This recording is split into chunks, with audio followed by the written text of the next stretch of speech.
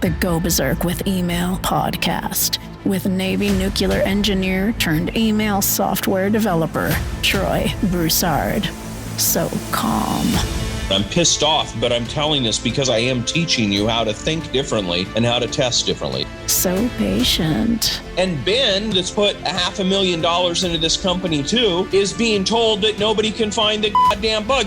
So charitable. I'm going to start paying bounties every time somebody finds a bug. We're going to deduct $10 that week. So trusting. Do not assume that anything works. Assume that nothing works. And so sweet, it makes sugar taste just like salt. I want to play into the sexiness of marketing automation, but I also want to slap the complexity of it. The Go Berserk with Email podcast begins now.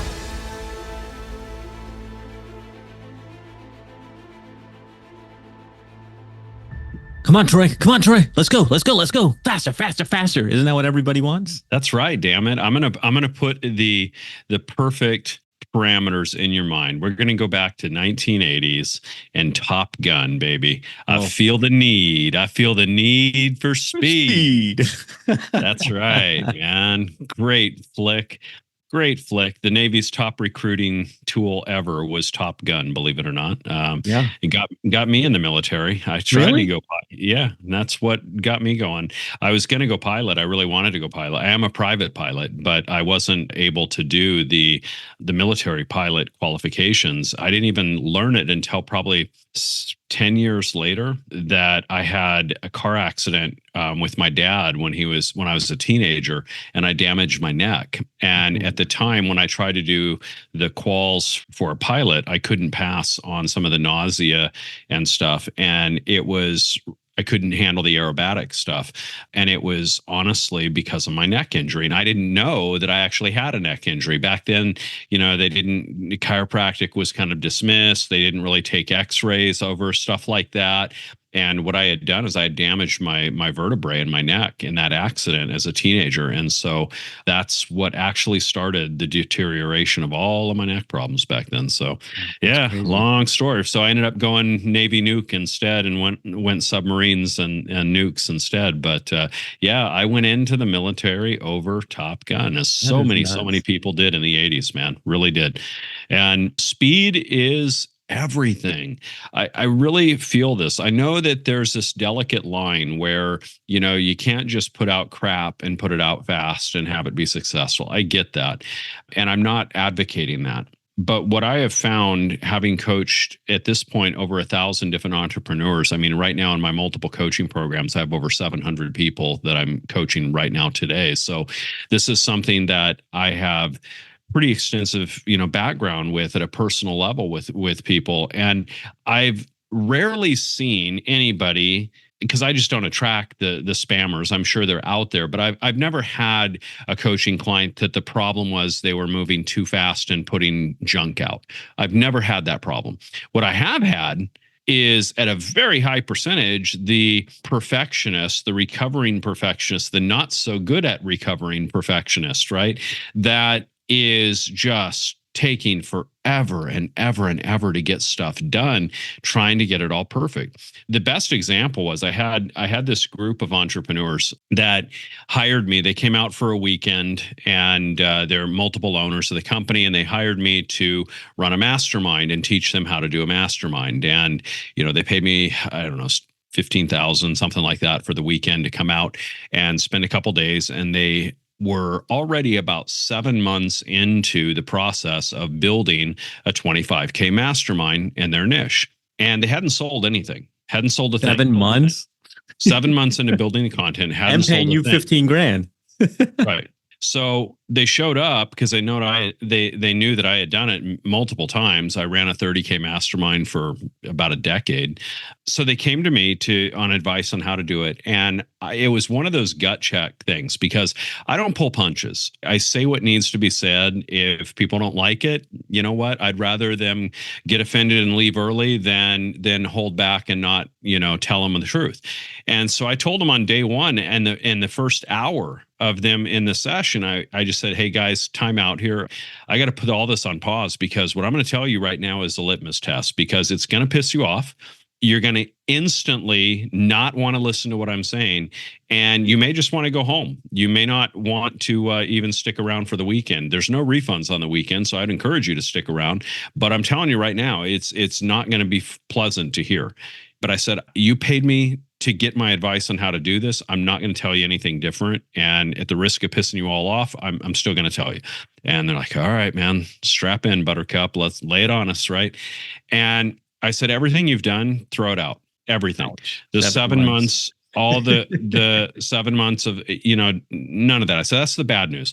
The good news is we can start closing sales today if you want. And they're like, and this whole concept was around speed. What they didn't realize is they were trying to sell a mastermind as if it was a course program that needed to be dripped out monthly over a year and all of that. And a lot of gurus teach this, and a lot of people that don't understand marketing do this, and a lot of people that have never run a mastermind go down this path. It's not a mastermind if you're doing that. That is just a dripped out course at a high cost. And nobody wants a virtual course for 25 grand. They want a mastermind. And that's a whole different thing. And I'm not going to go into teaching masterminds on this call, but the whole thing is I completely reshaped their offer. And we ended up closing 800,000 in sales, filling up 2 masterminds in the first 30 days of working with me. And we started closing sales that weekend. We had a couple of sales already going that weekend before they even left on there. We did 50 or 75,000 that weekend just in a couple of sales. So, you can move a lot faster than what most people think and still do it in a way that makes sense. Now, that's an extreme example, but it's absolutely a true example. And, it's understanding what it is that you're doing. So everything I do, I emphasize speed. I emphasize speed in all of my businesses. I want to, it kind of comes from the military, right? In the military, we have the saying of hurry up and wait. And outside of the military, people don't really get the phrase, but hurry up and wait is about being prepared and getting everything done as quickly as possible so that you are prepared. Think of it if you're a soldier on the front line. You don't want to wait till they call you into battle to go, make sure all of your gear is ready to go. You want all of that stuff done. You want it ready, and you are now just waiting. Right. So everything we do in the military is around hurrying up to get prepared and then waiting for the time to deploy it. Okay. Whether it's equipment, whether it's a battle, whether it's a flight op, whatever, it doesn't matter. Hurry up and wait. And I mean, they teach you this from the onboarding process. Literally, before you even go to boot camp, when you're just going through the onboarding and they're doing the physical, and you're like, buck naked and holding yourself in a line with everybody else, standing, toe to chin with everybody there, and just running and scurrying around from one exam to the next, and then you get to the next line and you wait 40 minutes, and then you scurry, shuffle, run to the next one, then wait 40 minutes, right? Like that's the process. And so speed is something that is just inherently in my nature.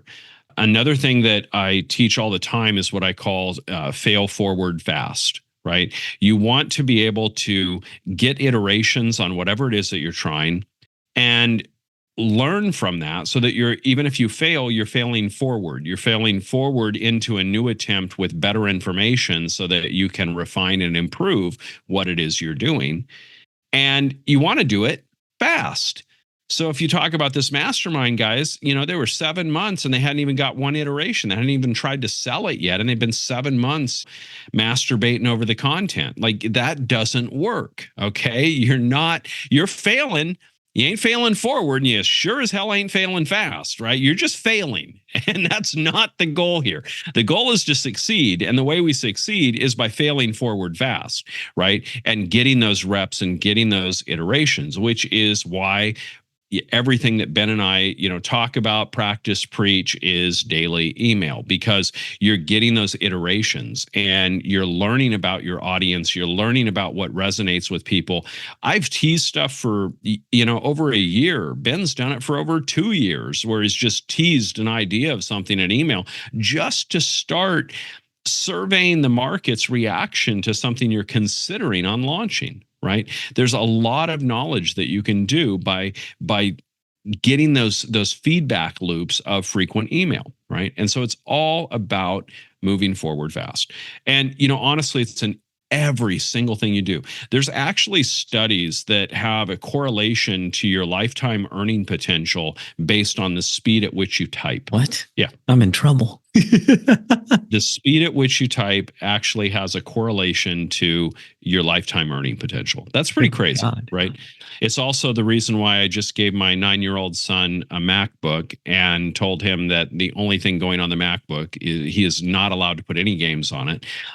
We don't have any game stations or PlayStations or any of that stuff in the house, any gaming platforms. We don't do any of that. He has a few gaming apps on his iPad, and that's his only, game recourse, because I see so many people in their 20s, 30s, even 40s that honestly, I mean, it's like a mental disease at this point of how much I have witnessed, people that are full-time entrepreneurs that have a mortgage and jobs to pay for and, family to pay for and all of that will cancel calls with clients and blow off a day of work because a new game came out or because they got a new, yeah. And then stay up till 5 a.m. playing it, and then miss out on work the next day or blow off 2 or 3 days of work over. It's a real issue. So I am nipping that shit in the bud, man. We don't have gaming stations in the Broussard family. No game station, no PlayStation, no any of that stuff. I do let him play on the iPad a little bit, but most of the games there are educational as well, and he really likes them. So like I taught him to play cribbage on a game, and so he learned how to count out the pegging the cards and score the pegs and all that with cribbage, and he learned it through a game. He learns a whole bunch of math through the game. My son's 9, and you can ask him any number. You can just come up and say, what's 312 times 17, and he'll do the math and he'll give you the answer. Nice. Like he's sharp, and it's because he does a lot of educational stuff. So I got him a MacBook and I got him a typing tutor, and he's on vacation right now from school, right? But he spends an hour and 15 minutes every day. Why an hour and 15? Because it started off an hour and I wanted to push him a little more. And so I said, you know what? You're doing 2 half-an-hour sessions. You got to do a third session of 15 minutes. He's like, really, Dad? I'm already doing an hour. And I'm like, yep, you can do an hour and 15. And he's already picking up the typing speed, and it's increasing dramatically now. The gamification aspect of teaching typing, it's a great use of gamification. It's a great use of using a game for a teaching concept, right? But yeah, there's a correlation between typing speed and income levels. So, I mean, it's so important in all things that you do, right? And I would love, I study psychology. I don't have a background in psychology, but I consider anybody that's in marketing or entrepreneurship, even trading, if you want to be really good at it, become a human psychologist, right? Study human psychology, because this is what motivates everything. It's what creates change. What inspires people to change. It's how you can affect your marketing through that. Everything is tapping into the human psyche, even trading, which is very emotional based, and being able to interpret the market emotional response. I mean, it's a perfect example to that.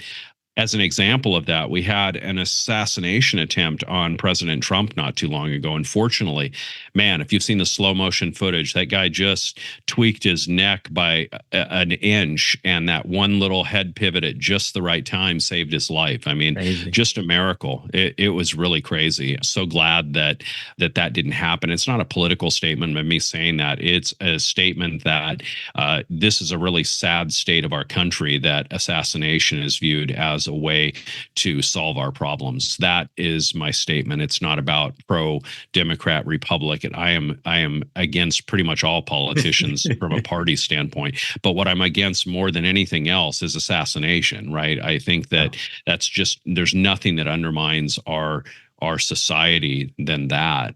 But fortunately, he survived that and minor wound and everything.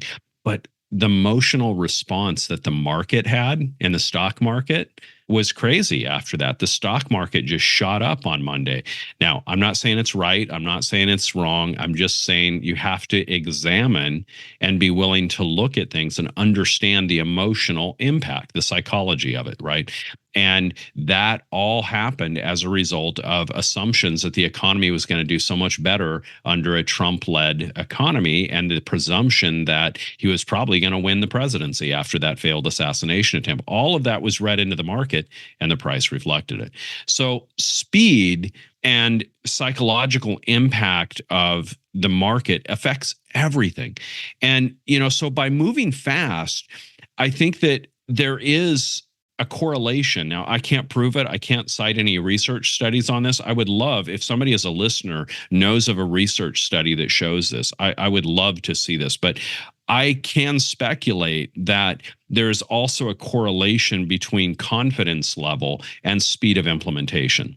Those that implement quickly and get things done, they boost their confidence. I know that empirically as a coach, watching people, take and make progress in their business. The more you can get them to make baby steps in progress and get things done and teach them to be a completer, not a starter, somebody that gets stuff done and crosses it off the list. And the faster they can do that, the more you boost their confidence. Now, again, I don't have any causational studies to cite that, but just from my experience as a coach, I think that's absolutely a true statement. So, speed is something that we focus on in every aspect of Berserker Mail, because we know that it's going to boost people's confidence and boost the profits of their company if they can get something done in 3 clicks of a mouse instead of 17 or 27 clicks of a mouse, as you well know, which we won't name the competitor that you're using. But you're having a lot of drama with that right now, right? Hey, now I'm on the way over. I got my clients inside of Berserker Mail. Yeah. Jonathan's already made the transition, but he's still got some of his old list and stuff in another platform. And, he's seeing the impact. You're seeing that, right? You're seeing the difference in speed and how much it impacts what you want to do, how you do it, how frequently you want to do it, and the success to which you have. So above all things with Berserker Mail, we approach everything with a litmus test of, does this make the platform faster, or does it get in the way, add friction, and slow things down? Crazy. Troy, what do you have coming up for us next time? Well, we're going to go on to one of those questions that, I think even you, dear Jonathan, I'm giddy about this one. A couple of times. Yeah, it's what is the simplest way to get more qualified applications to my coaching or professional services offer? I get that email multiple times a week from people in the different coaching programs that I'm in. And, I know it's a very common thing. Everybody and their brother has this app funnel in place, getting qualified app calls. So we're going to dive into that a bit. Man, I cannot wait. Another episode of Go Berserk with Email Show is in the can. We will be back in your earbuds next time. Thanks for tuning in. To get a free Berserker Mail test drive with no credit card required, go to startmytestdrive.com. From there, you can play around inside the platform without pressure. Load up emails and campaigns to see how simple the interface is, and get comfy with everything before deciding to join. That's startmytestdrive.com.